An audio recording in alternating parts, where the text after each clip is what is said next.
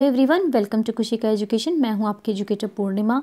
इस लेक्चर में हम डिस्कस करेंगे आपका सेंसस 2011 के बारे में, सभी डाटा 2011 के सेंसस का कि चाइल्ड सेक्स रेशियो कितना है, एडल्ट सेक्स रेशियो कितना है, एंड आपकी जो पॉपुलेशन कितनी है, कौन सा राज्य की पॉपुलेशन सबसे ज़्यादा है, वो सभी फैक्ट पूरे डिस्कस करेंगे। और साथ में यहाँ पर जो पुराने फैक्ट हैं जो हमें पता होने चाहिए वो भी डिस्कस करेंगे।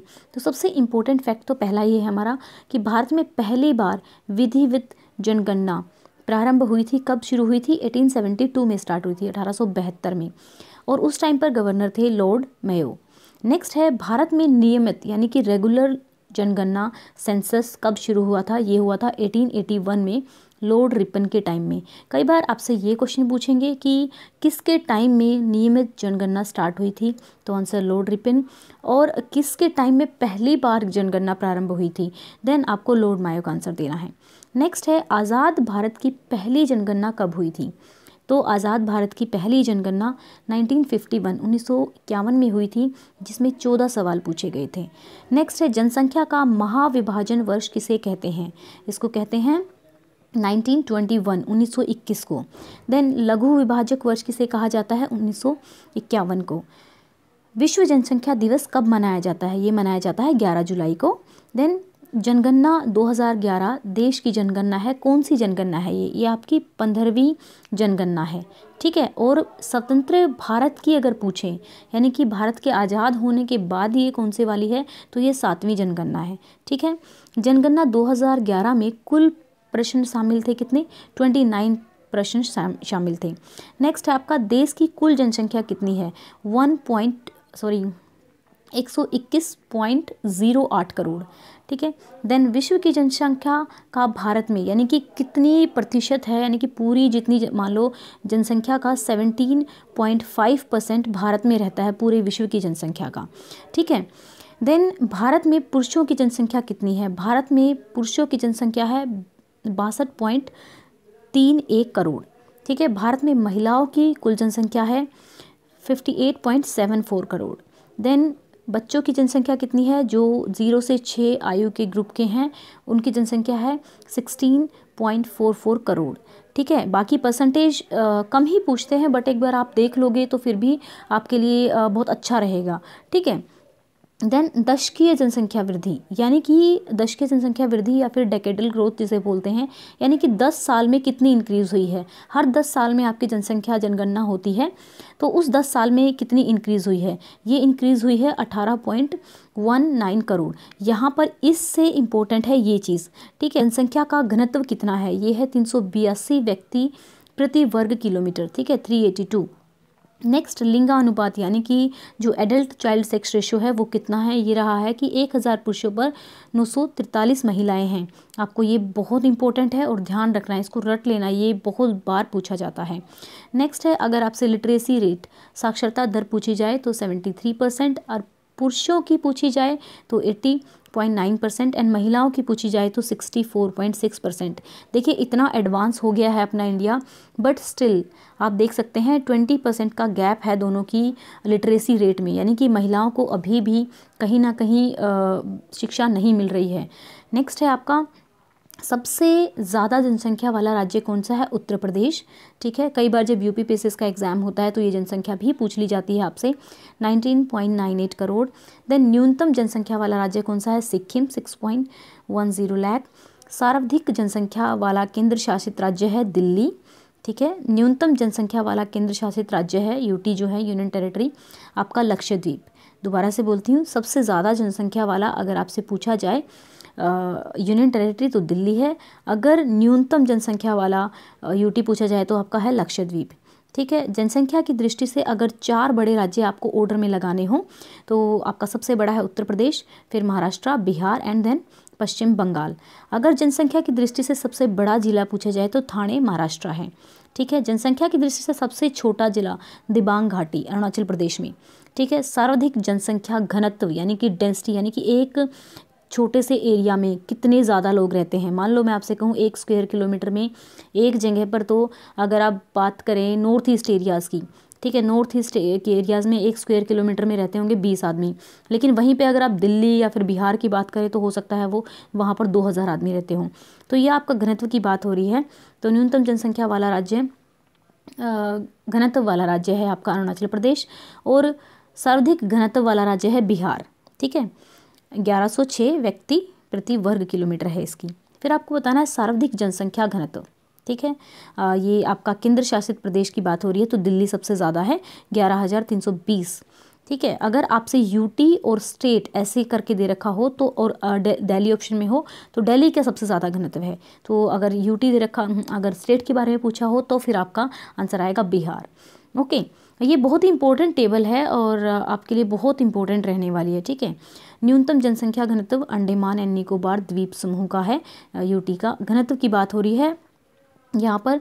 सर्वाधिक जनसंख्या घनत्व वाला राज्य, ठीक है, अब यहाँ पर राज्य की बात पूछ रहे हैं, उत्तर पूर्व दिल्ली। ठीक है, देन न्यूनतम जिला पूछा है यहाँ पर। ठीक है, न्यूनतम जनसंख्या घनत्व वाला जिला दिबांग घाटी। ठीक है, न्यूनतम दिबांग घाटी है और पॉपुलेशन भी वहीं की कम है और घनत्व भी वहाँ का ही कम है। सबसे ज़्यादा लिंगानुपात वाला राज्य कौन सा है? केरल। ठीक है, यहाँ पर 1084 महिलाएं हैं 1000 पुरुषों पर। बाकी अगर पूरे नेशन की एवरेज देखी जाए तो 943 हैं 1000 पर। यहाँ पर देखिए 1084 हैं, यानी कि पुरुषों से ज़्यादा महिलाएं हैं। और केरल एक कह सकते हैं कि एक डेवलप्ड बहुत ही अच्छा स्टेट है और इन्होंने अपना एजुकेशन सेक्टर वगैरह पर काफ़ी इनिशियली ही डेवलप करना स्टार्ट कर दिया था। न्यूनतम लिंगानुपात वाला राज्य है हरियाणा, जिसमें 879 महिलाएँ हैं प्रति 1000 पुरुषों पर। ठीक है, देन न्यूनतम लिंगानुपात वाला केंद्र शासित प्रदेश। ठीक है, तो ये है आपका दमन एंड दीव, जिसमें 618 महिलाएं हैं 1000 पुरुषों पर। फिर सबसे ज़्यादा लिंगानुपात वाला जिला। ठीक है, ध्यान रखना यहाँ राज्य है, यहाँ जिला है। हमने जिला भी डिस्कस किया है, आपका पर्टिकुलर राज्य भी डिस्कस किया है, तो ये चीज़ें आपको ध्यान रखनी है। कई बार आपके क्वेश्चन इसी तरीके से आते हैं। ठीक है, तो ये है आपका माहे, जहाँ पर सबसे ज़्यादा लिंगानुपात है पुडुचेरी में 1176 महिलाएं हैं आपकी 1000 पुरुषों पर। तो अगर बात देखी जाए केरल में देखिए कितनी है 1084, और यहाँ पर अगर स्टेट और यूटी अगर आपसे पूछेगा तो आपको दोनों में से कोई भी अगर सबसे ज़्यादा पूछे तो डेफिनेटली आपको आंसर क्या लगाना है? पुडुचेरी ही लगाना पड़ेगा। ठीक है, क्योंकि यहाँ पर जो महिलाओं का अनुपात है वो ज़्यादा है और केरल से भी। ठीक है, तो ये थोड़ा ध्यान रख लेना। न्यूनतम लिंगानुपात वाला जिला, अब जिले की बात हो रही है लिंगानुपात में, तो ये है दमन एंड दीव। ठीक है, यहाँ पर अगर मतलब यहाँ पर जो था ये न्यूनतम लिंगानुपात वाला केंद्र शासित प्रदेश पूछा गया था। ठीक है, यहाँ पर पूछ रहा है जिला, तो अगर ये दमन एंड दीव के अंदर ही है। ठीक है ना, नेक्स्ट है आपका जो यानी कि दमन जो है वो आपका जिला है सबसे कम वाला। सबसे ज़्यादा साक्षरता वाला राज्य ऑफकोर्स केरल है, 93.91% यहाँ की साक्षरता दर है। ठीक है, नेक्स्ट अगर हम देखें एक बार फटाफट कि सबसे ज़्यादा लिंगानुपात वाले राज्य कौन कौन से हैं, तो आपका केरल आपने देख ही लिया है, तमिलनाडु, देन आंध्र प्रदेश, मणिपुर, छत्तीसगढ़। अब ये चारों क्यों दिए हैं? हमें फर्स्ट 5 याद होनी चाहिए, क्योंकि कई बार आपसे अरेंज करना पूछ लेता है कि भाई आपको अरेंज करने हैं ये बढ़ते हुए लिंगानुपात में या फिर घटते हुए लिंगानुपात में। तो आपका 1084 है केरल का, 996 है तमिलनाडु का, आंध्र प्रदेश का 993 एंड मणिपुर का 992 एंड छत्तीसगढ़ का 991। तो आपके तो घटते बढ़ते क्रम में है। ठीक है ना, यहाँ पे आप देख सकते हैं कि कौन से, यहाँ से देखिए कि ये 3, 2, 1 इस तरीके से है। और केरल का आपको याद ही रहता है क्योंकि सबसे ज़्यादा है, सभी लोग याद करके रखते हैं इसका। अगर सबसे ज़्यादा साक्षरता वाले 5 राज्य आपसे पूछे जाएँ तो केरल का है, फिर मिज़ोरम का, देन त्रिपुरा का 88.7%, गोवा का 87.2%, हिमाचल प्रदेश का 82.8%।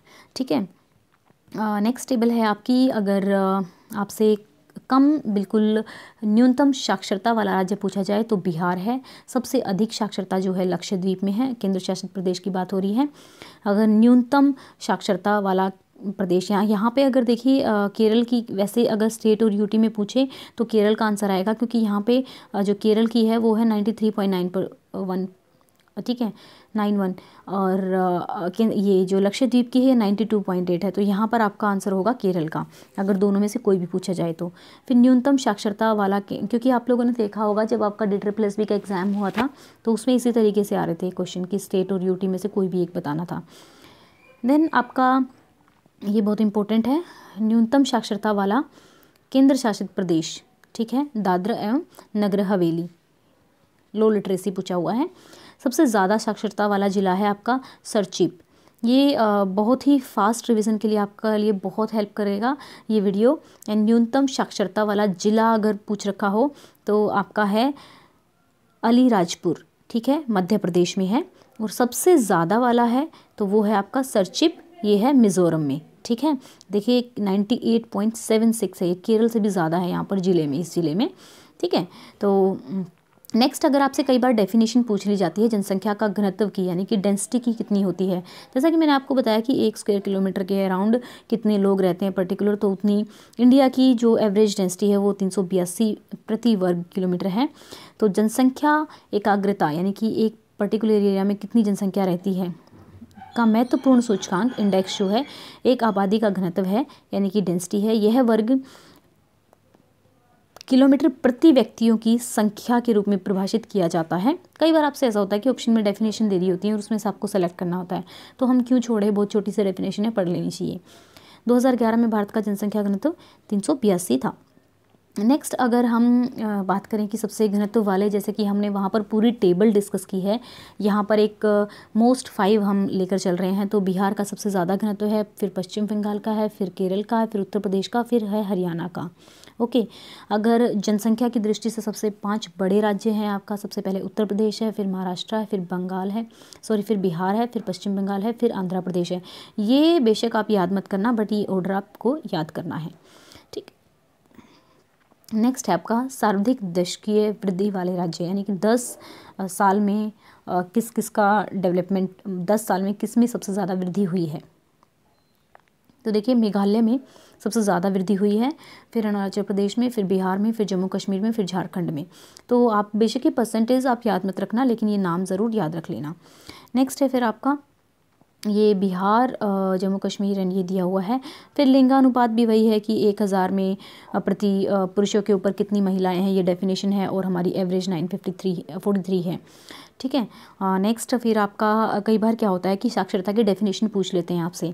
तो 2011 की जनगणना के अकॉर्डिंग एक व्यक्ति को 7 और ऊपर दोनों पढ़ सकते हैं, यानी कि एक व्यक्ति को 7 और ऊपर, यानी कि जो 7 से ऊपर 7 है या फिर उससे ऊपर क्लास का उम्र के हैं, दोनों पढ़ सकते हैं और किसी भी भाषा में समझ के साथ लिख सकते हैं, जो आयु वर्ग साक्षर माना जाता है।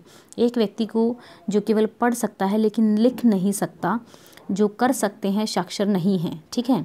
तो यहाँ पर ये थोड़ा सा गड़बड़ सी डेफिनेशन है, तो मैं आपको ये बताना चाहती हूँ कि आपको ये बताना है कि जनगणना 1991 के अकॉर्डिंग ये उम्र जो थी 5 थी, यानी कि 7 उम्र तक के लोग 7 वर्ष तक की आयु जिनकी होती है, और अगर वो पढ़ भी सकते हैं और किसी भाषा में लिख भी सकते हैं तो उनको लिटरेट माना जाता है, उनको पढ़ा लिखा माना जाता है। लेकिन अगर कोई पर्सन पढ़ सकता है लेकिन लिख नहीं सकता तो उसको साक्षर नहीं माना जाता, बेशक वो 7 साल का हो। तो यही आपका पूरा का पूरा लेक्चर था। आई होप आप लोगों के लिए बहुत बेनिफिशियल रहा होगा। एंड पूरा का पूरा बाकी टेबल्स में भी जाने की ज़रूरत नहीं है अगर ज़्यादा नहीं करना है। तो जो हमने पहले वाली आपकी टेबल डिस्कस की है, ये वाली पूरी की पूरी, ये आप लर्न कर लेना। इसमें से बहुत सारा डाटा, बहुत सारे क्वेश्चंस आपके आते हैं। एंड आई होप कि वीडियो आपको अच्छा लगा होगा। एंड ये लास्ट टाइम रिविजन्स वीडियो हैं, आप लोगों के लिए बहुत हेल्पफुल रहेंगी। नॉट इवन फॉर KVS, ये आपका हर एग्ज़ाम में आता है, चाहे कोई भी एग्ज़ाम हो, सेंसस से क्वेश्चन आता ही आता है, ठीक है। एंड अगर आपको वीडियो अच्छा लगा हो तो लाइक करें, सब्सक्राइब करें, शेयर करें, और हमारे चैनल को सब्सक्राइब करने के साथ साथ आपको बेल बटन दबाना है, तभी आपको वीडियोस मिल पाएंगी, सभी वीडियोस के अपडेट मिल पाएंगे। अदरवाइज़ क्या होता है कि वीडियोस डलती हैं चैनल पर लेकिन अपडेट्स नहीं पहुंच पाते हैं। Thank you.